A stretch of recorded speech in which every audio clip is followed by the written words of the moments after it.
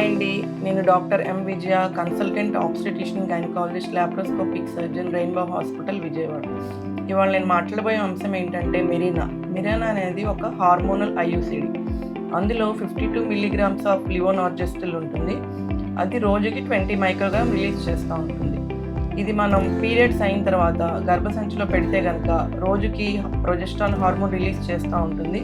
దీనివల్ల ఉపయోగాలు ఏంటంటే మెయిన్గా స్పేసింగ్.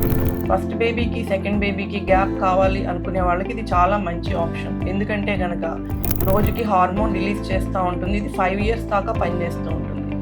సో ఇది రోజు ట్యాబ్లెట్ వేసుకోవాలి అనే టెన్షన్ ఉండదు. డెలివరీ అయిన తర్వాత 2 months తర్వాత ఇది మనం గర్భసంచిలో పెట్టేయచ్చు. చాలా సింపుల్ ప్రొసీజర్లు.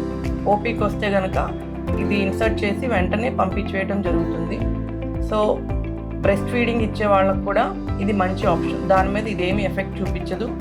అది కాకుండా యూజువల్గా ఓరల్ కాంట్రసెప్టివ్ పిల్స్ వేసుకుంటే కనుక అవి నోటి ద్వారా వేసుకోవాలి.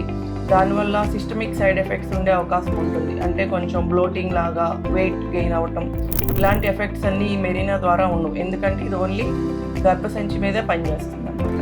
అది కాకుండా కొంతమందికి అంటే ఎపిలెప్సీ, ఫిట్స్కి వాడే మందులు ఇలాంటివి వాడేటప్పుడు ఓరల్ కాంట్రసెప్టివ్స్ ఇవ్వడానికి కుదరదు. అలాంటి వాళ్ళకు కూడా ఈ మెరీనా అనేది చాలా మంచి ఆప్షన్.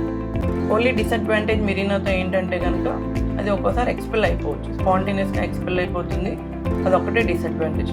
అదర్వైజ్ ఈ మెరీనా అనేది స్పేసింగ్కి, అంటే ఫస్ట్ బేబీకి సెకండ్ బేబీకి గ్యాప్ కావాలి అనుకునే వాళ్ళకి ఇది చాలా మంచి ఆప్షన్. Thank you.